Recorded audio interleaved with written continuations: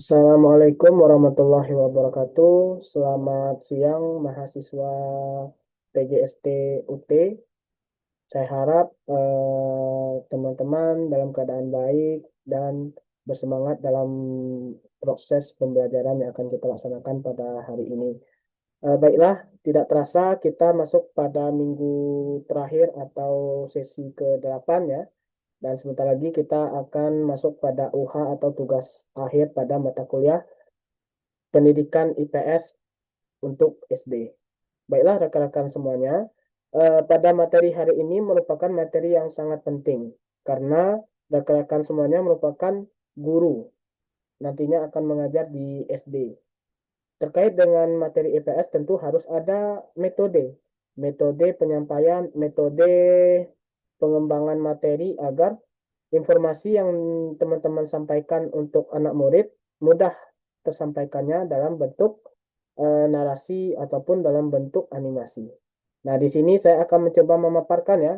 Nah, di sini saya juga sudah melakukan share PPT sumber belajar di sistem e-learning.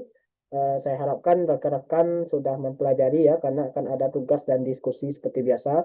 Nah, di sini saya akan mencoba memaparkan terkait pemahaman saya pada materi model pembelajaran IPS.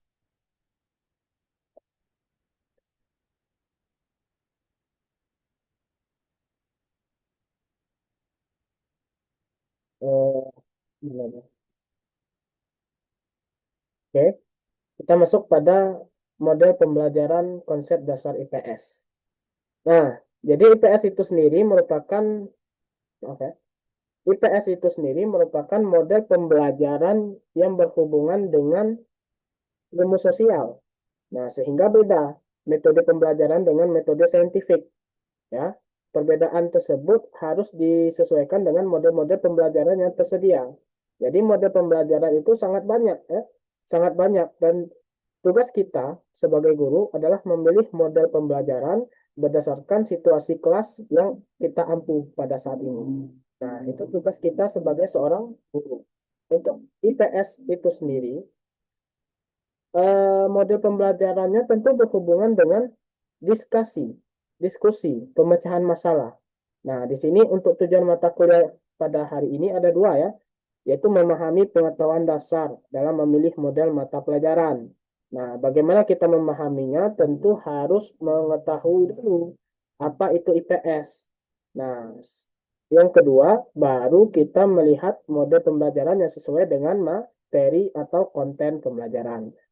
Untuk tujuan yang kedua adalah menganalisis dan mengimprovisasi model pembelajaran sesuai dengan kebutuhan peserta didik. Jadi model pembelajaran ini berupa sintak ya, berupa sintak. Nah, di sini rekan-rekan bisa mengimprovisasikan, menambahkan bagian-bagian atau komponen pembelajaran sesuai dengan kemampuan peserta didik ya. Nah, jadi ada namanya asesmen awal. Nah, nanti dari asesmen awal ini kita bisa melakukan pengembangan model pembelajaran berdasarkan karakter yang kita pelajari di kelas kita masing-masing. Nah, itu untuk tujuan mata kuliah pada hari ini. Baiklah, rekan-rekan semuanya, sebelum itu kita harus mengetahui dulu apa itu pendekatan pembelajaran, apa itu strategi pembelajaran. Nah, pendekatan pembelajaran seperti pendekatan saintifik ya, pendekatan kolaboratif, pendekatan deep learning. Nah, itu merupakan gaya belajar siswa yang dikondisikan berdasarkan kemampuan siswa dalam menyelesaikan atau menyampaikan pembelajaran. Misalnya, kelas yang saya ampu itu ternyata eh, hampir, hampir berada di luar kota. Nah, sehingga dalam proses pembelajaran IPS agak sulit melaksanakannya dalam bentuk deep learning karena tempat tinggalnya berada di luar kota. Sehingga saya bisa menggunakan model pembelajaran kolaboratif. Kenapa kolaboratif? Karena siswa tersebut bisa melakukan kolaborasi. Bagaimana keadaan sosial di tempat tinggal tinggal mereka dengan tempat tinggal siswa yang ada di sekarang ini. Nah, itu contoh dari pendekatan pembelajaran. Lalu yang kedua adalah strategi pembelajaran. Nah, kalau strategi pembelajaran berupa kerangka konseptual, artinya ada prosedural dalam proses pembelajaran. Nah, tujuan dari strategi ini adalah mengorganisasi. Jadi, jangan kita sebagai guru itu langsung masuk aja ya, tanpa pendahuluan, tanpa assalamualaikum, tiba-tiba langsung disuruh buat tugas. Nah, itu salah. Karena peranan guru adalah mengorganisasi atau manajemen kelas. Manajemen kelas yang kurang lebih jumlahnya 30 ataupun 20 ke atas ya. Nah, itu yang tugas utama guru, bukan menyampaikan informasi. Kalau menyampaikan informasi, mungkin siswa sudah lebih paham terlebih dahulu karena ada HP, ada internet. Tapi tujuan utama guru adalah mengorganisasikan kelas agar bisa memahami materi. Jadi, semua siswa ini tidak semuanya memiliki kemampuan yang sama. Nah, semua siswa tidak memiliki kemampuan yang sama. Ada siswa yang hobinya melukis, ada hobinya nulis, hobinya bercerita, hobinya olahraga. Semua siswa memiliki kemampuan yang berbeda. Nah, tujuan kita memilih model pembelajaran dan strategi pembelajaran yang sesuai dengan kelas kita. Misalnya dari 30 siswa, eh, hobi siswa saya itu adalah eh, olahraga ataupun praktik. Nah, sehingga saya bisa memilih pembelajaran yang sifatnya itu project ataupun kolaborasi. Kalau saya melaksanakan pembelajaran sifatnya ceramah, ya tidur semua. Kenapa? Karena tidak sesuai dengan gaya belajar. Gaya belajar itu penting dalam pemilihan model pembelajaran. Nah, jadi mungkin akan lebih jelas di mata kuliah apa ya, model pembelajaran ya untuk PGSD. Nah, itu mungkin lebih rinci lagi menjelaskan apa itu gaya belajar. Nah, di sini saya akan mencoba menjelaskan model pembelajaran untuk IPS. Nah, rekan-rekan semuanya, model pembelajaran ini untuk IPS adalah memudahkan guru dalam menyampaikan informasi supaya tercapai tujuan pembelajaran dalam merubah perilaku peserta didik. Jadi tujuan IPS seperti ya pada sesi pertama ya, mengubah perilaku peserta didik itu tujuan utama dari IPS. Nah, bagaimana proses perubahan perilaku tersebut harus sesuai dengan pemahaman yang bermakna terlebih dahulu. Dari pemahaman yang bermakna tersebut muncul muncul lagi bagaimana kepribadian guru dalam mengajar. Nah, itulah cara mengubah perilaku. Nah, tentu untuk sampai pada titik tersebut harus ada struktur organisasi dan prosedural pembelajaran yang sesuai pada gaya belajar siswa. Nah, untuk mengubah ini tentu harus memiliki kemampuan pedagogik namanya. Jadi guru itu ada 4 kemampuannya, kepribadian, profesional, sosial, dan pedagogik. Nah, kemampuan ini tentu harus disesuaikan dengan karakter siswa. Jadi tidak boleh sembarangan dalam memilih model pembelajaran. Ini untuk model pembelajaran IPS ya. Selanjutnya masuk pada jenis-jenis strategi pembelajaran. Nah, untuk strategi pembelajaran itu ada dua ya. Ada strategi pembelajaran dengan tugas. Nah, tugas di sini itu bukan langsung mentok, langsung memberikan tugas yang sulit, terus kita keluar. Bukan. Jadi kita memberikan pemahaman awal. Bisa dalam bentuk pertanyaan mendasar, ataupun dalam bentuk pemahaman melalui PPT ataupun sumber-sumber yang lainnya. Lalu kita memberikan tugas. Nah, dan tugas guru bukan langsung tinggal begitu saja. Memantau, mengorganisasi agar siswa mampu mengerjakan tugas tersebut sesuai dengan capaiannya. Itu tugas penting pada strategi pemberian model pertama. Lalu yang kedua adalah strategi pembelajaran dengan kelompok. Nah, kelompok di sini tujuannya untuk membentuk kerjasama dalam memecahkan suatu masalah. Mungkin dalam tugas masalahnya tidak cukup besar. Nah, kalau dalam kelompok masalahnya cukup besar. Karena apa? Karena dia berkelompok.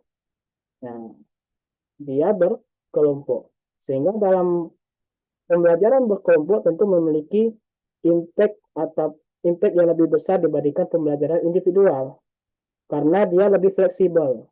Kita sebagai guru bisa memilih masalah apa yang akan dibahas dalam kelompok. Kalau individual kita harus menyesuaikan untuk semua peserta didik.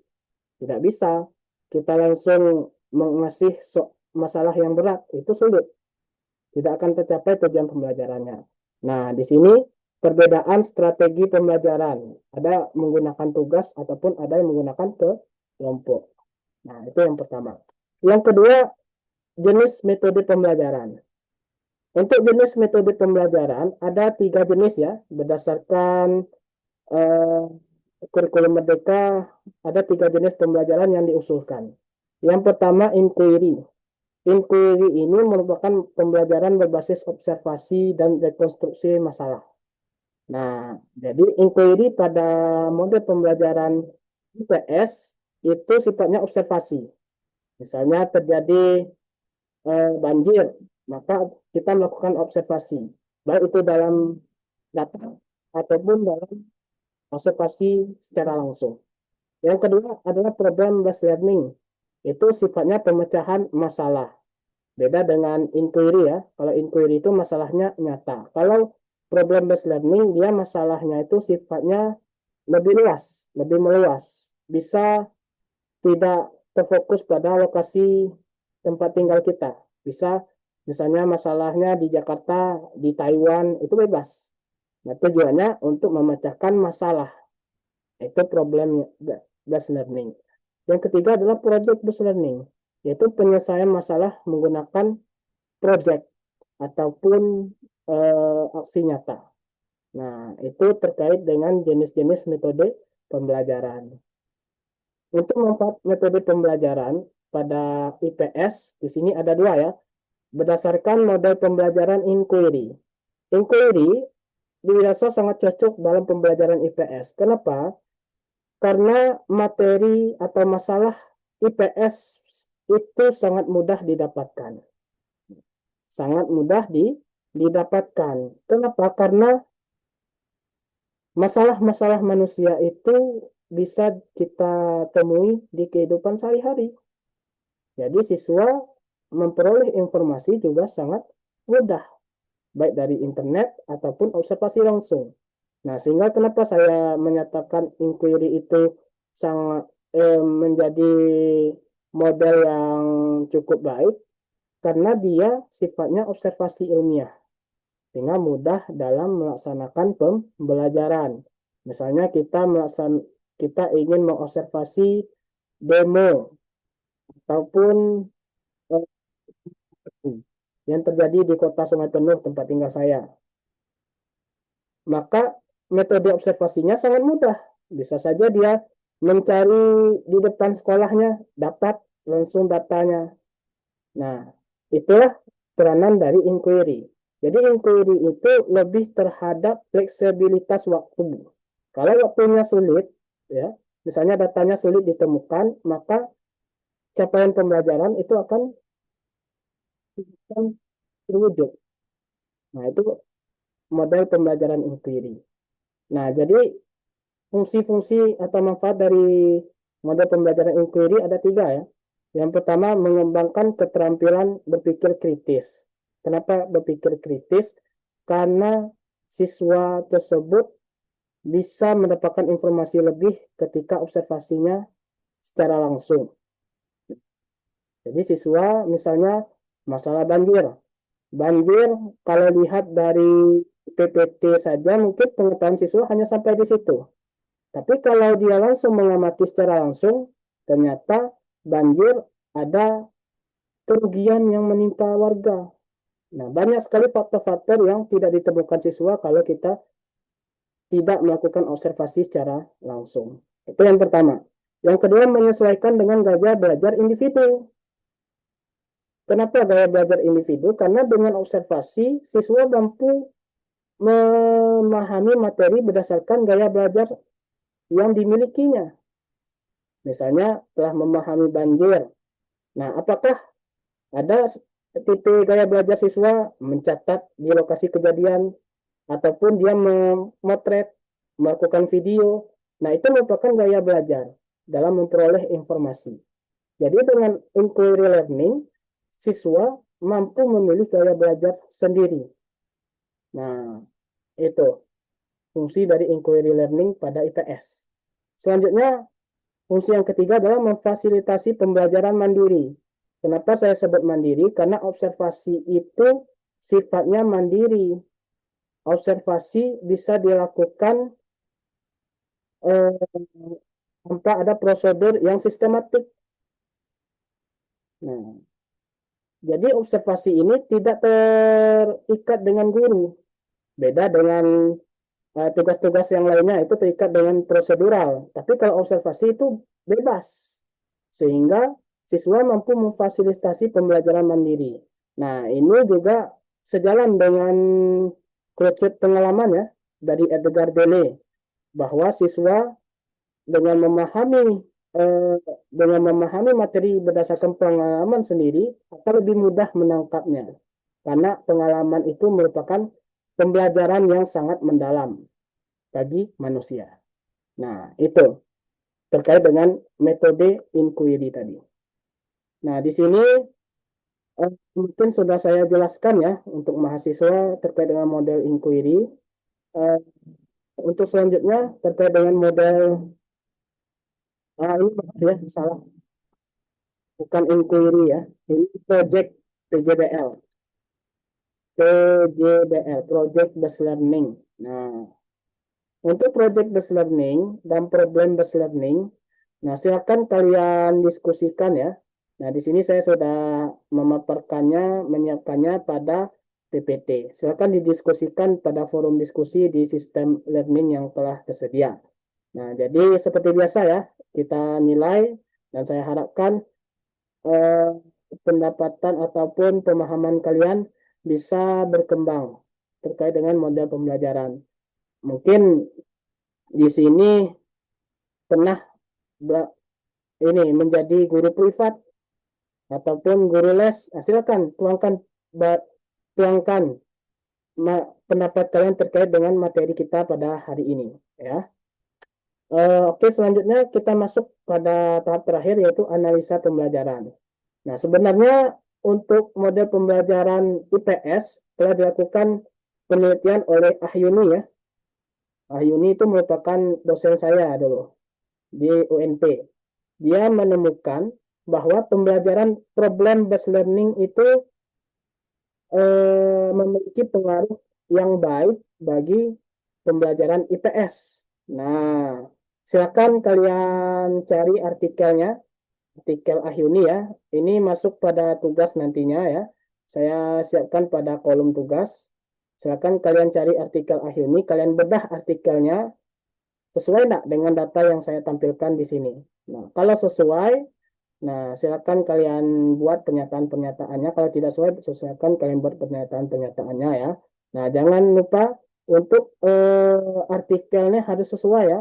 Harus sesuai dengan penulisan karya tulis ilmiah. Cara menyunting artikel berdasarkan style APA ya. Nah, style APA silakan kalian pahami style APA itu bagaimana karena kalian juga mempelajari metode ilmiah kan? Metode ilmiah silakan kalian pelajari style APA itu bagaimana untuk tugas kita pada hari ini. Uh, Mungkin itu saja penyampaian yang saya bisa lakukan. Uh, untuk kegiatan terakhir ini saya harapkan ya siswa ataupun mahasiswa telah menyiapkan tugas dengan sebaik-baiknya dan sudah mengisi form kehadiran serta sudah menyiapkan eh, diskusi-diskusi dengan baik. Jadi karena kita melakukan pembelajaran sifatnya itu asinkron ya, pembelajaran sifatnya online. Jadi saya harapkan tugas-tugas harus harus maksimal ya. Beda kalau offline mungkin saya bisa melihat keaktifan kalian, tapi kalau offline agak sulit melihat keaktifan kalian. Jadi saya harapkan tugas-tugasnya lengkap, maksimal, dan kalau tugasnya maksimal maka nilainya juga maksimal juga. Mungkin itu saja pengantar ataupun penjelasan materi pada sesi ke-8 ya. Sesi ke-8 atau sesi terakhir mata kuliah. Kalau ada kesalahan yang baik dari selama 2 bulan, baik itu dari kata-kata ataupun kesalahan nilai ataupun ada kesalahan saya dalam memberikan tugas ataupun nilai yang keliru, silakan WA saya sebelum input atau entry nilai di sistem. Nah, silakan WA saya, silakan perbaiki nilai-nilai yang belum baik sebelum waktunya. Nah, saya harapkan kalian semuanya dapat berhasil ya, dapat berhasil walaupun kita tidak bisa bertemu secara tatap muka, tetapi kita bisa berbagi ilmu melalui platform yang telah tersedia. Demikian dari penyampaian mata kuliah kita pada hari ini, dan ini mungkin mata penyampaian terakhir ya pada proses pelaksanaan pembelajaran. Saya ucapkan selamat ya. Semoga kalian lulus dalam semua mata kuliah yang dilaksanakan oleh UT. Semoga kalian mampu berhasil dan memiliki nilai yang terbaik ketika keluar dari UT dan memperoleh gelar sarjana yang telah dinanti-nantikan. Akhir kalam, saya ucapkan terima kasih dan Assalamualaikum warahmatullahi wabarakatuh.